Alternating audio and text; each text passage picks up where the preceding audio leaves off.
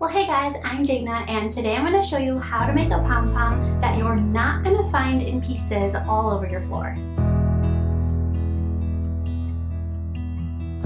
So there are pom-pom tutorials everywhere out there. There are tools that are actually made specifically for making pom-poms. I even have some, tried them all, and they make pretty but not practical pom-poms. I've tried using different things like fishing line, thicker yarn, thinner yarn, and they're just not secure. They get manhandled by kids, they get taken out of bags, they get dropped and kicked all around the floor when you have kids. So how do you make a pom-pom that's actually going to last and even outlast your toddler and your baby and even your older kids? Because don't you want to safely hand off these pom-poms, whether it's in a hat or in a garland to your kiddos, and know that it's going to stay on because you probably just spent a lot of time making it, instead of handing it off and immediately it's just in pieces. So at first I tried all these tutorials also for how to make a pom-pom and I couldn't get it to stay. So then I got a little crafty and I used an unlikely element, glue. That's right. Glue and yarn sounds a little messy. It's kind of a weird combo when you think about it. But for a pom-pom, you're not sticking this glue on the inside of your turtleneck sweater and trying to walk around wearing it. The glue's in the pom-pom. It's between layers and layers of yarn, and you can't feel it at all. It doesn't make any difference to the pom-pom, and it's what you need in order for that to stay together. So here's how much it costs. $0. And here's what you need. There are no tools, no links. Grab a piece of cardboard and your yarn, a pencil, some scissors, and a cup template in the diameter that you want your pom-pom, and of course your hot glue gun with some extra glue sticks. A few quick tips are to wrap the yarns at the openings, especially in your first layer of yarn. Wrap it and cross it over the other yarn before you're doing your second layer with the glue. That'll hold it a little more secure until you're ready to glue it. Don't wrap the tails. Remember the two long tails that we cut and we put sandwiched in between the two pieces of cardboard? Don't wrap those. Sometimes you're gonna see me holding it in my hand to kind of hold it out of the way as I'm wrapping through. And you're gonna wanna move your hands in different positions. You're kind of using both hands equally here, and you're gonna want to turn it and see what position's the best to not burn yourself and to stay comfortable and to quickly get this yarn over covering the glue before it dries. Always make sure that you have some slack in your skein of yarn or ball of yarn so that you're not wasting time trying to pull or unwind while that glue is drying. And then lastly, don't forget what direction you're going and if you already wrapped that yarn. It's easy to look at it once you get a lot of layers in and it's just really fluffy and you don't remember which way you came from. Always pay attention to which way you need to finish across to the end before you work your way back. The first thing you're gonna do is you're gonna trace your cup and cut out 2 circles from the cardboard.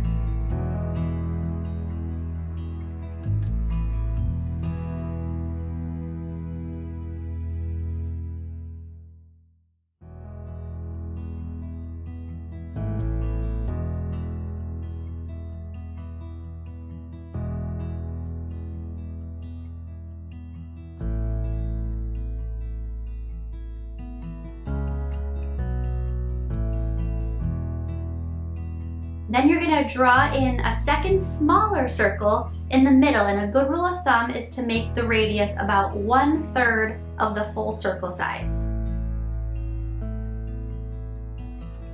Then you're going to cut a slit from the outer circle to the smaller one and cut out the whole entire smaller circle. Next, you're going to cut a second slit for an opening, and this is where you're going to insert your yarn for wrapping it. And then you're going to repeat this for the second circle.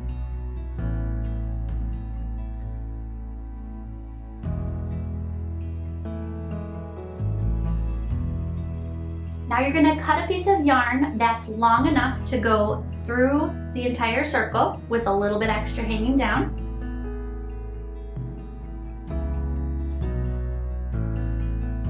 And you're going to wrap your yarn from one end to the other.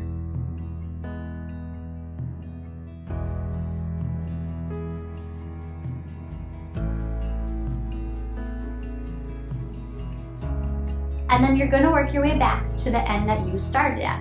Put a little line of hot glue, and remember, small sections at a time because you don't want the glue to dry up before you can wrap that yarn.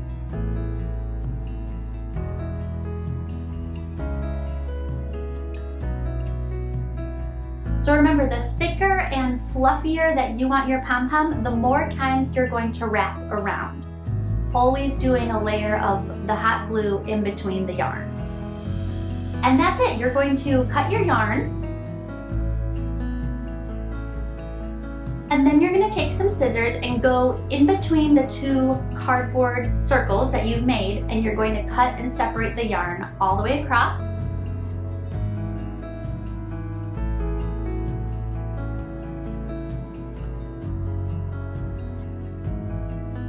Next, you're going to, being really careful not to wiggle out the yarn that you just put in there, you're going to take the two longer ends of yarn that you sandwiched in between the two circles, and you're going to tie it really tight. And kind of as you're doing this, you're going to carefully pull the two pieces of cardboard off of your pom-pom and tie that knot nice and tight. Now, I even add a little dab of glue. As soon as I tie it tight, I put a little piece of glue on top. Then I tie it one more time tight and put another little piece of glue right on top of that knot, making sure it's tight, and that will help keep that little knot secure.